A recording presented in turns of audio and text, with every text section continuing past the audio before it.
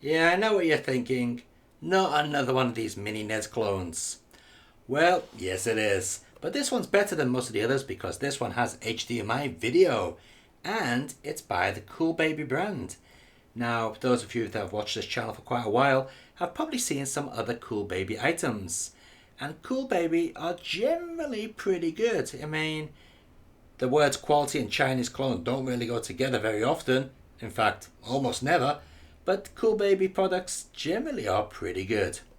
So we can tell that straight away by looking at this box. As you can see, it's trying to look like an official European type product here. I really love these logos to the side, trying to make it look as official as possible. 600 game? Shouldn't that be games? Come on guys, basic English. So anyway, let's take a look around the box. So, we got the warnings on that side. The sad onion, we got the various marks there. They're trying to make it look as official as possible, and they've done a pretty good job. But this is where they fail. This is hilarious. On the side of the box, we've got Famicom Double Dragon 3 and Western Style Mario Brothers. Fair enough, that's okay. But here we've got Mega Drive Contra and Switch Bomberman. Now that is hilarious. On the back of the box, we've got a list of all the games. Quite a lot of games on there. Some of them are official, some of them are hacks, some of them could be your favorite games. We're going to check them out later on. So what do you get inside the box? Well, let's take a look. First of all, we get the actual console itself. Now, as you can clearly see, it looks like, the official NES Classics Mini. And this is actually built very, very well. It's got a lovely texture to the top of it, feels really solid. The fonts are printed straight, unlike some clones I've seen, and they don't feel cheap at all. The buttons feel good. You've got your standard ports there. Around the back of the console, we've got the DC in and the HDMI out. And on the bottom, absolutely nothing. So you can brand it yourself and say you made it. But yeah, I seriously cannot complain about the build quality of this. It feels really good. Plastics don't feel cheap at all. It's pretty good. So what else do we get in the box? Well, we get the HDMI cable, which seems to be of decent quality. We also get this, a European plug, 5 volts out. Why they keep sending me European plugs, I don't know. But anyway, it ends in a micro USB port, which is pretty good. And also that means I can run this off a cell phone charger or even a battery. So that's a bonus point there. And we also get 2 of these controllers. Again, just like the machine, this is made out of plastics that don't feel cheap at all. The D-pad feels reasonably well. These buttons feel just like an official Nintendo controller. No complaints whatsoever. And it has a pretty long cable, around about 2 meters long. So you're not going to be sitting on top of the TV. Wondering where the other one is? Well, it's down here, still wrapped up. Okay. Now, what about instructions? Well, you do get some instructions as well. Here they are, in Chinese. But don't worry, because if you look at the other side, we have the English version. Nothing too important there, and pretty good English. The English can be questionable, but if you want to have a read of that, pause the video, you could have a bit of fun. Or if you want to read it in Chinese upside down, there's the Chinese side. Okay, so let's connect this thing up to the TV and see what it's like running.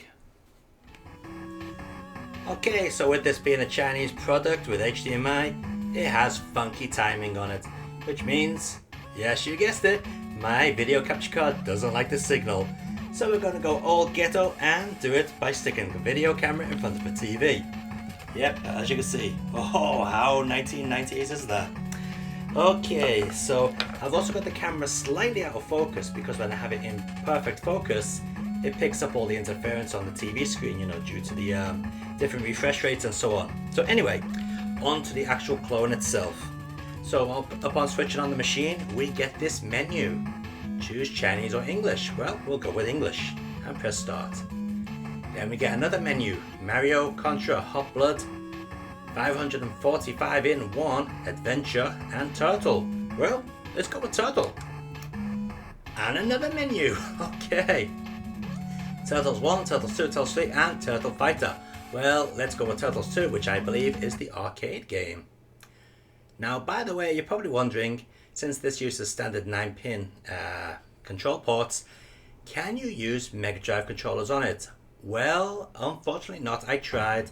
6-button and 3-button pads, and all you get is the up option. Nothing else works.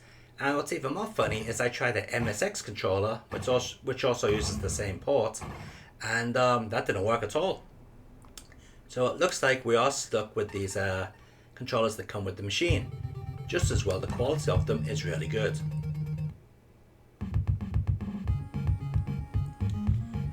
Okay, let's turn up the audio and see how good it is.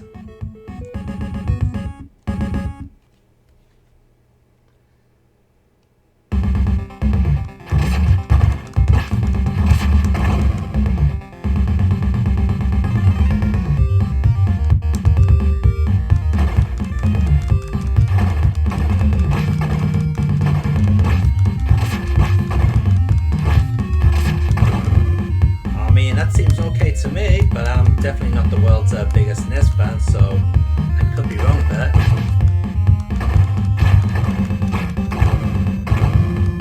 But what I can tell you is the picture quality is really, really cool. Looks nice. Okay, let's turn that down a bit. Okay, let's check out the Contra section. What we got in there? Yeah, Contra 24 in 1. Is that another menu? Yes, it is. Oh man, this is going to be a lot of Contra hacks, isn't it? Oh, yeah. I mean, I don't know. Let's pick one at random. What's this? Contra shotgun. Flame gun? What the? I bet it starts you off with a flame gun or something. Okay, let's have a quick look. Notice the copyright there is being changed to a www.touchgameplay.com. Are they the company that hacked all these games? You start off in the jungle, yeah. Yeah, I've got the flame weapon, yeah, it's just hacked. Starts off with a certain weapon. Interestingly, will this be the Japanese version with the extra animation or the US version? Let's get to the trees and find out.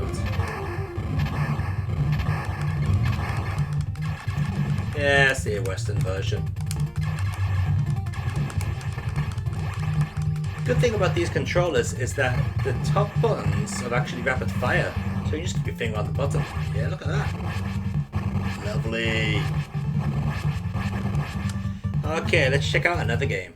Please select. Okay. Oh, we can select our course. Okay. We'll go the middle one.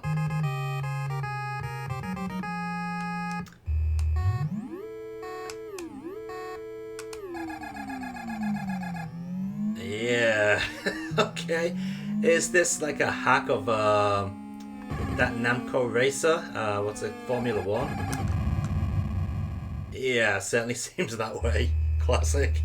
Okay, let's check out something else. What the hell is this? Are we going? Am I playing? Yeah, maybe it's some type of battleships game? I'm not sure. Yeah, I'm not interested in that. Next one. Teletubbies looks like Mario Brothers. What the? Okay. Well, there we have it. A hack of Mario Brothers as Teletubbies. Yeah. Okay, well, I'm sure we know how this plays. Yep, classic Mega Man, or Rockman if you're playing the Japanese version. Now, may come as a surprise to some of you that I've never actually played this game.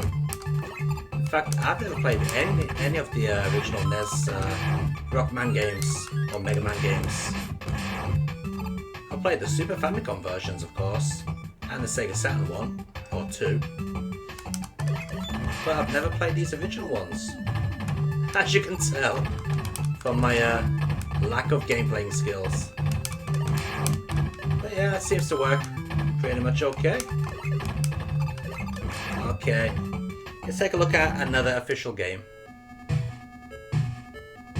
It's got pretty funky music for a Nintendo.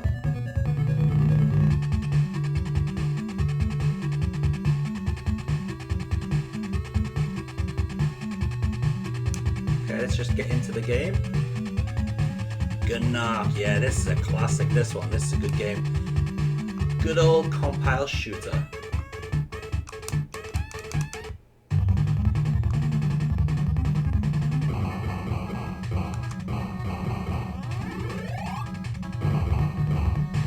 Hit the laser, yeah.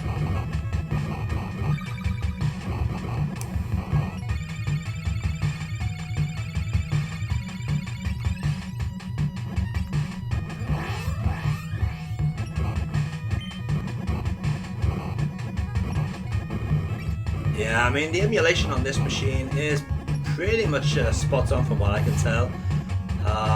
Yeah, there's no slowdown. The sound is good. The picture quality is excellent via the HDMI. Unfortunately, the dodgy timer means I can't capture the footage directly, but at least it works on the TV. One thing that you may find interesting is on this machine, it does work on any voltage. It goes from 110 volts all the way to 240, so it's pretty much universal as far as plugging it into the mains goes. Okay, so before we wrap up this video, let's take a look at some of the unofficial hacks on here. Or sorry, not unofficial hacks, I mean Chinese original games. So we'll start it off with a bit of King of Fighters 99.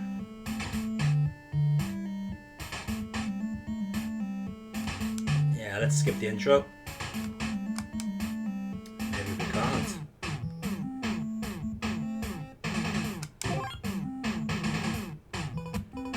Where's my favourite gun? Where's Mai? There she is.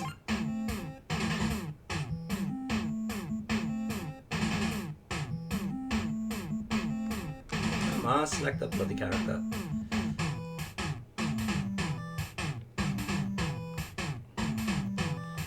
Oh wow, that moves fast.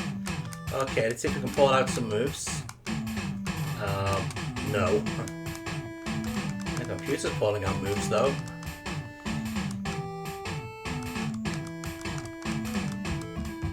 Street Fighter 12 peoples. Hey, what is this going to be like?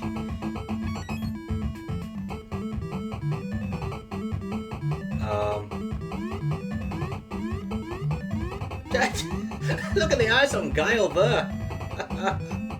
Oh man. Well, we'll go Guile because of his funny face.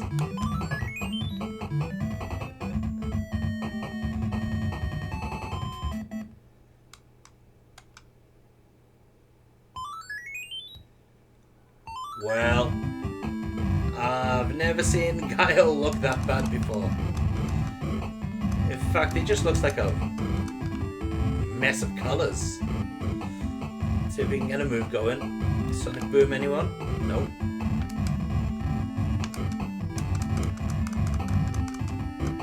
Oh, yeah. The characters don't even move properly.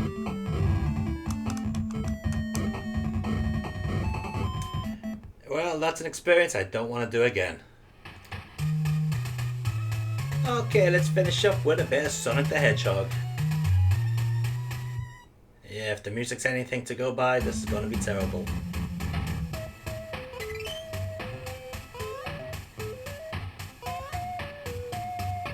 Actually, that rolling demo doesn't look too bad. Yeah, let's start the game. Oh. Okay, well that was the first stage. Whoa. Yeah, Sonic moves really slowly. Oh.